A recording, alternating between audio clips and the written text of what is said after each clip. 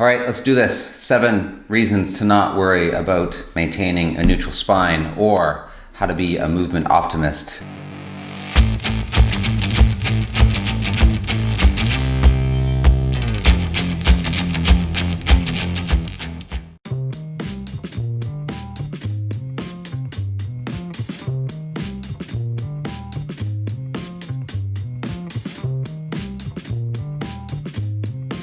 If you've ever wanted to not care that someone slouches and flexes their spine when they lift stuff and they have poor spine hygiene or something like that, we can look at the literature and say, I don't care about that stuff. Okay, this one's unbelievable. It's going to surprise you, but there is very little prospective evidence that actually suggests that spinal flexion is an independent risk factor for low back pain. Amazing, eh? Like if you follow people who have a job and one group flexes more versus another group who flexes less, there's no research that says that group is more likely to have pain. Unbelievable that this stuff doesn't even exist, and yet we go around and say, oh no, your spine is flexed, you are more likely to have pain or get injured, and there's no research for that done in humans in those type of studies.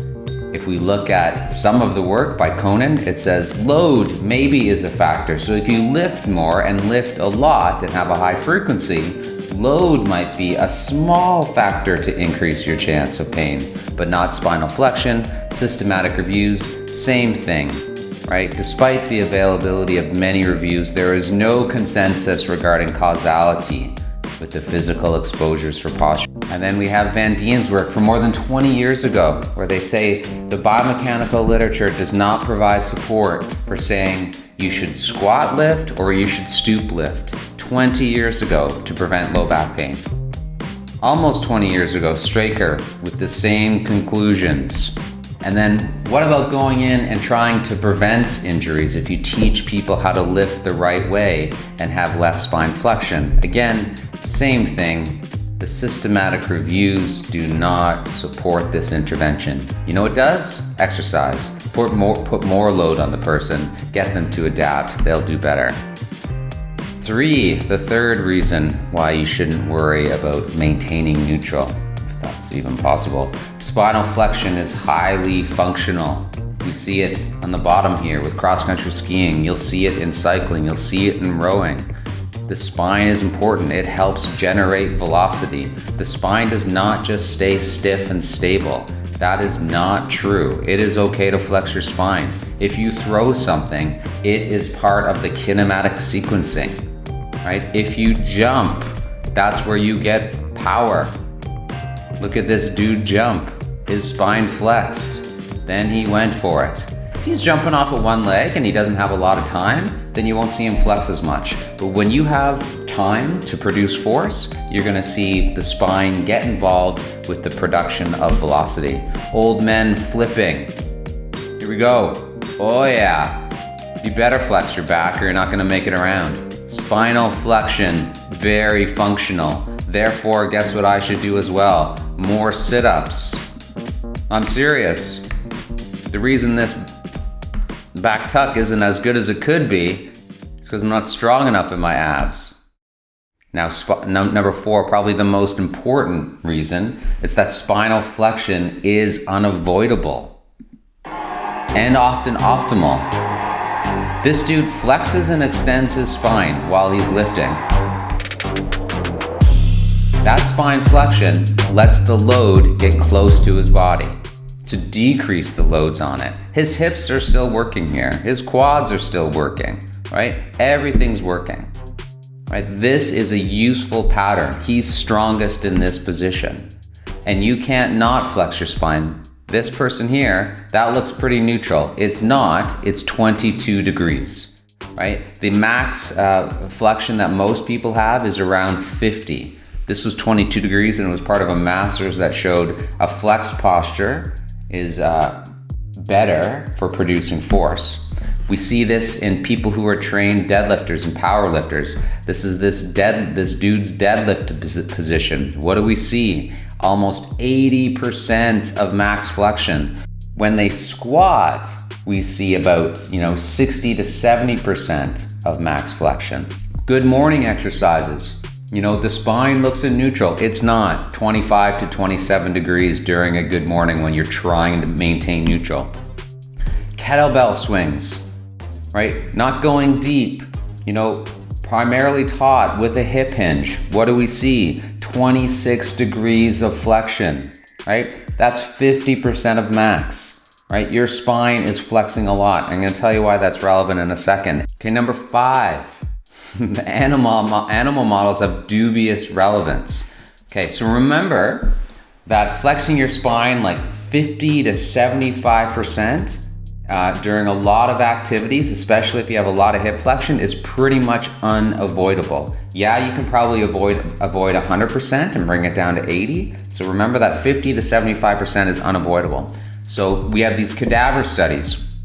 You take a dead body, some dead tissue from a pig, a person sometimes, a cow, and you have a motion segment. So you have the vertebra, the disc, and the other vertebra, and then they start doing stuff to it, crushing it, bending it back and forth thousands of times. This famous study, 86,000 cycles of flexion and extension back and forth with very low loads. They herniated the disc, okay? But they only bent the spine 35% of its max. And that 35% physiologically is probably more, but that's just what they wrote in their study. So very low loads, lots of flexion. They said, aha, the disc can herniate, and therefore people run with that conclusion and suggest, maybe we should avoid flexion. The problem with it, with these animal models, well, we'll get to that in a second, but another problem is that they aren't always consistent. This paper here by Veris, you will see disc herniations, right, when the spine is in neutral and when it's in flexed. So staying in neutral isn't inherently protective for disc herniations. The load on the spine can cause, in a dead animal model, can cause herniations. Here's the big thing with these models. It's dead tissue. It doesn't adapt. They are not reflecting what humans do. No one does 86,000 sit-ups or 5,000 in a row, or does 90% of the maximum compressive load of your spine, right? So that tissue does not have the ability to adapt. And so we kind of know this because when you look at what they do, they replicate bending 35 to 75% of max, which is what we do all the time. So if that was an incredibly strong risk factor, that amount of spinal flexion, then all of us would be doomed, right? Or it's such a useless risk factor because you can never avoid that risk factor. It's like saying the biggest risk factor for low back pain is breathing. If you breathe every day, well, then your spine's in trouble, okay? But you can't do anything about this flexion. Right? That's what the other data has shown us. So if these biomechanical cadaver models are actually relevant, well then we're all doomed. So I would be an optimist and say, I don't think they're relevant. So live animal modeling conflicts with this. Yes, what they'll do is they poor rats, they measure like rat discs and compress the tails of a rat. And yeah, if you just compress it all day long, it's catabolic. But what we've also seen here is that overall an anabolic response is more likely elicited from dynamic loading, whereas static loading produces a catabolic response. So dynamic loading means you get up, you move, you walk, you sleep, you change something. We do this regularly. The disc can adapt, right? And so that challenges the cadaver models, which is a dead tissue. So the disc is not inert, it can change. But don't be an idiot and do too much too soon. All right, this is my favorite study, and what we see is that discs that undergo tensile strain of 10% in a cell culture can again get stronger and adapt. So mechanical stimulation is an important influencing factor, right, in the intervertebral disc. So the disc can get stronger with tensile load, and that's what flexion is. Here's those poor rat tails again. This paper talking about bending. Most notable findings were that forceful bending induces increased cell death on the concave side. That's not even where we get disc herniations. That's the convex side. The concave side is the front. And then these guys go on to write that tension that on the convex side, the posterior side of the disc that happens when you bend, that makes the disc stronger. All right, number 6, biomechanical modeling. When they measure like the loads and the stressors on all of the tissues, and it's a guesstimate of what's going on inside the body. So they're not measuring, they're estimating based on other measures. They have conflicting results here. So a great model here with Potvin and McGill, they suggested that if you stoop to lift, bend your spine a lot, you'll have more anterior shear. Compression's the same versus a squat, right? So no difference in compression, but you'll see that the shear loads on the spine, they're more. And so some have said, well, maybe that's a problem. That's the assumption that this load is somehow bad for the spine. Other researchers measuring that same type of load, I'll show you here, shear, have found that stooping, right, bending your spine a lot, has less shear. The difference between the two papers is one estimated shear at L4, L5, one of the segments in the lumbar spine. The other estimated the shear at the next segment down. So, what do we do with this data? You just have to choose, which segment you don't want to load. So again, the point is we have conflicting biomechanical models. Maybe we should ignore them. Or you can pay attention to this one because it's very much in line with my bias. This is the most recent one. They measured all of those other things. Plus, they tried to estimate the stresses specifically on the disc at 40 and 65 degrees of flexion. And again, they found the same thing that everyone else finds. If you try to keep your spine in neutral, hence lordotic, you're gonna flex at 20 degrees here. If you try here, I'll show you this one where you're flexed a lot. You can flex at 30 degrees here. That's what you see when you try to keep it in neutral. When you stoop, you get 40 degrees, right? So you can change the posture a little bit, but you can't really avoid getting, 60 to 70 to 80% of max flexion. So let's assume this kyphotic posture is almost maximal. That person is at 75% of maximal. And what they found was, when you flex your spine a lot, you're going to put more stress on the passive tissues, right? The ligaments, the disc, the fascia, and less on the muscles. That's why it's more efficient. And when you're in a lordotic posture, your muscles are working more, right? And that's why it's more metabolically demanding. But this is what's so interesting about this study. And these guys actually showed that they broke the tie when it came to anterior shear, and it's hardly any different between the two. But they estimated disc strain, and that's why most people are worried about spinal flexion, because there is the assumption that disc strain, right, is worse with spinal flexion. And they found that being kyphotic or lordotic didn't really influence it. Right? If you were kyphotic and you shifted to lordotic, it barely changed the strain on the disc.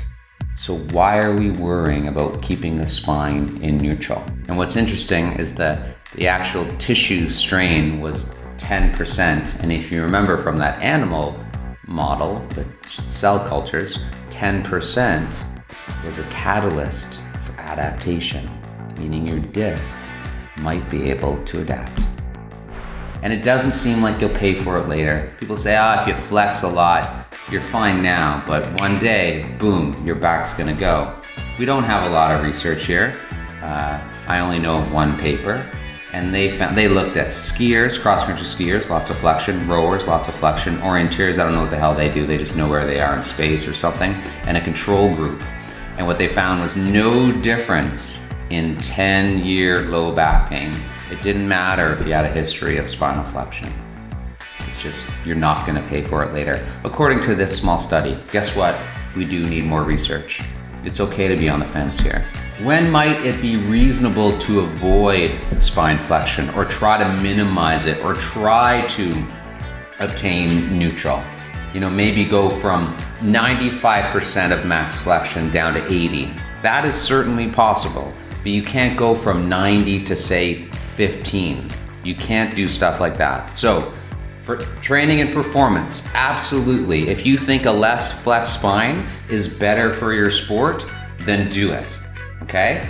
And then 3 and 4 are kind of the same. If it hurts, yes, it is totally reasonable to back off for a bit. Just avoid the pattern that's sensitive temporarily. And then the last one here is the second one here, would be maybe it's good inherently to have a number of different movement options. So if you always flex when you do something, it might be valuable just to have different options on how to do it. That's more of just an opinion. So there you go. There's 7 reasons maybe to avoid neutral instead of avoiding spinal flexion, but 7 reasons to be an optimist if you do see someone with spinal flexion, just to say, nah, that's not really worth it. It's not a big driver of low back pain. It's not something we want to focus on. All right, adios.